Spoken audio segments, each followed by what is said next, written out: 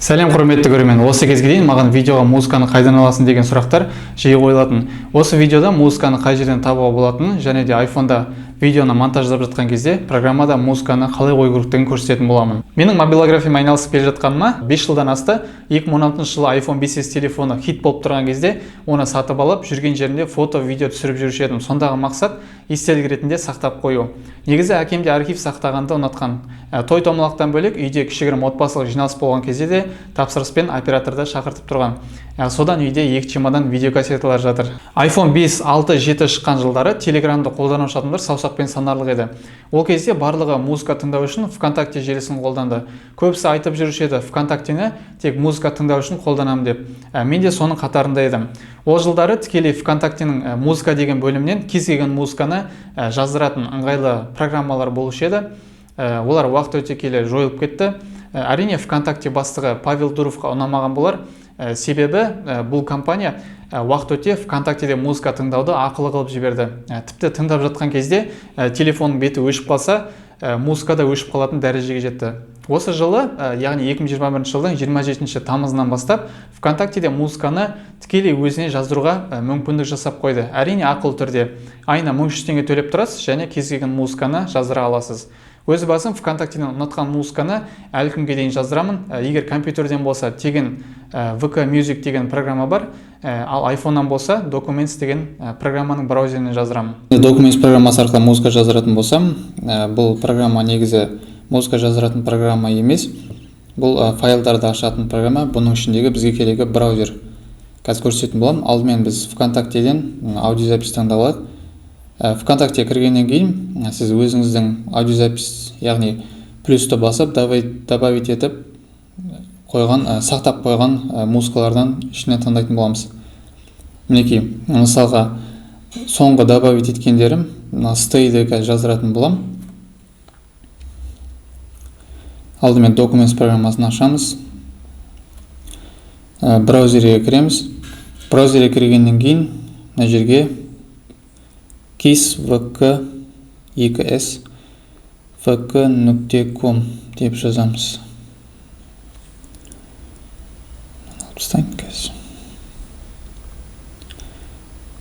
Сонда да бүйтіп шыға береді екен. Com шерет кетті. Мінекей осы kiss.vk.com деп ВКонтакте кіретін болсаңыз, мына жерде сізде ең алдымен войти деп тұрады. Сіз өзіңіздің ВКонтактеңізден разрешить доступ дегенде басасыз. Менде мына жақта қазір дереу кіріп тұр. Мінекей, дереу аудиозапистердің барлығын списогін шығарып береді. Жаңағы stay деген жаздыратын болсам, мінекей скачать дегенде басамыз. Одан кейін мына жерде атын өзгертуге болады музыканың. Мен қалай болды, дәл солай тұра берсін. Готово деп басамады. Және де осылай сұрағанын алып тастасаңыз болады. Спрашивать каждый раз дегенде алып тастап. Готовыны бастым. Загрузка кетті.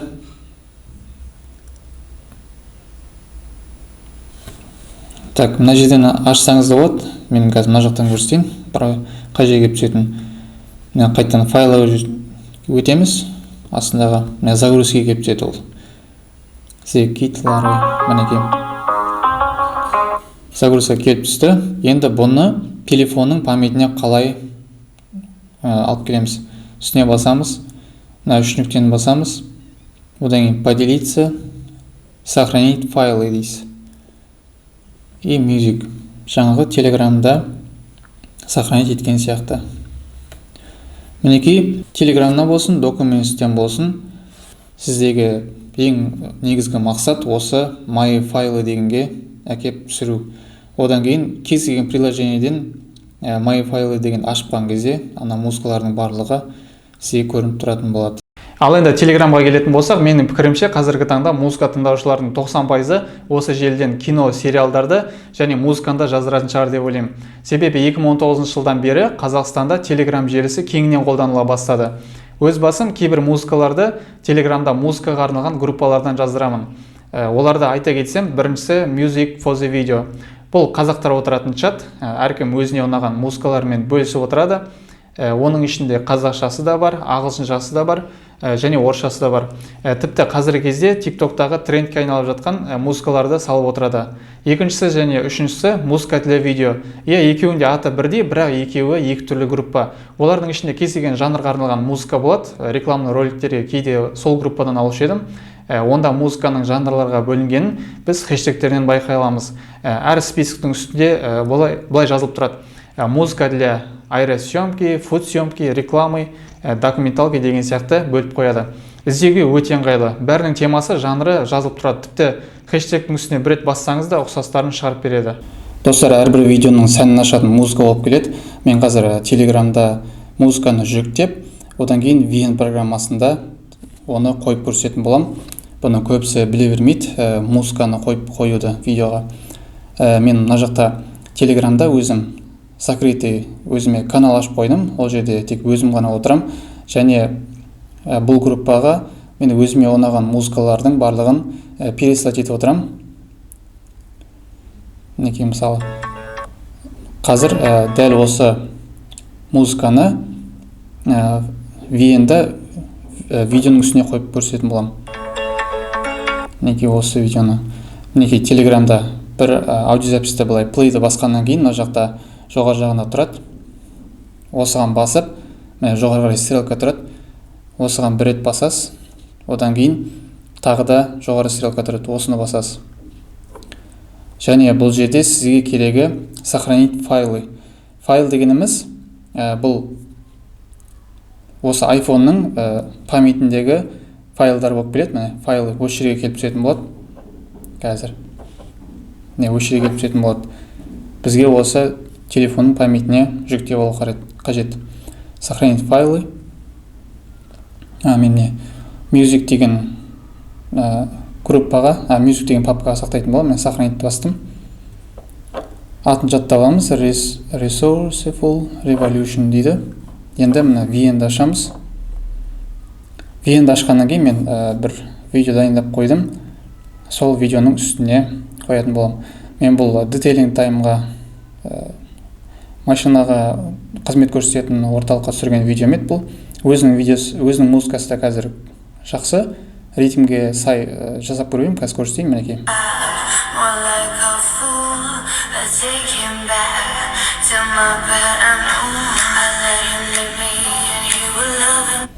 Өзінде музыка шығарып тұр. Мен бұл видеоны түсірген кезде ең бірінші сол музыканы тыңдап алдым. Музыканы тыңдап болғаннан кейін мен көзіме елестеттім. Осындай кадр болу керек, және сол ритмге сәйкес осындай жылдамдатылған видео болу керек деп, мінекей.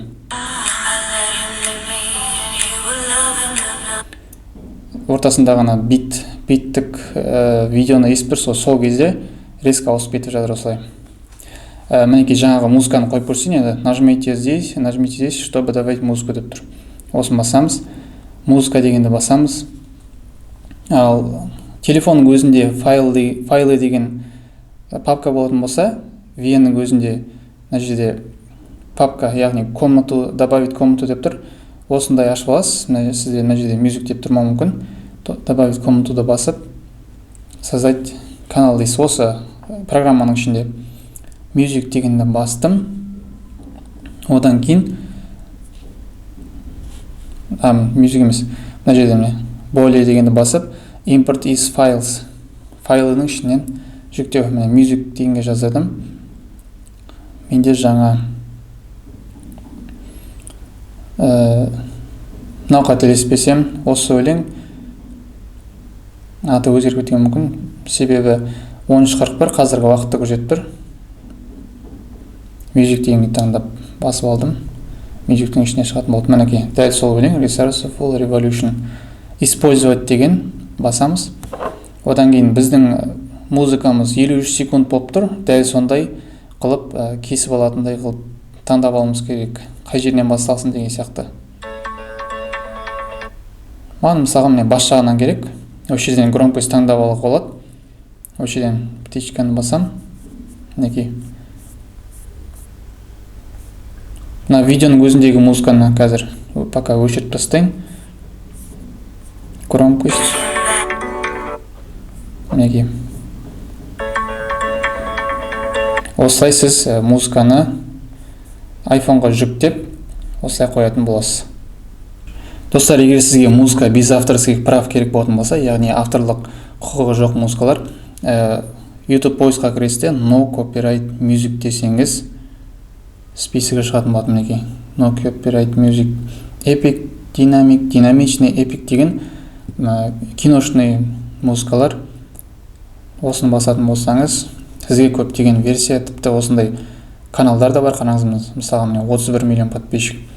Мына видеоларда YouTube-та қолданатын болсаңыз, сізге авторский права түспейтін болады.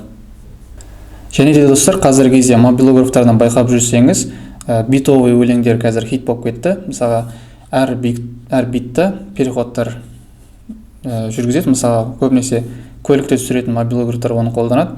Оны ондай музыкалар табу үшін type beat десеңіз, сізге түрліше варианттар шығаратын болады. Мінекей type beat music. Тіпті мына жерде көлікке түсірген екен. Біреуін ашып көрейік.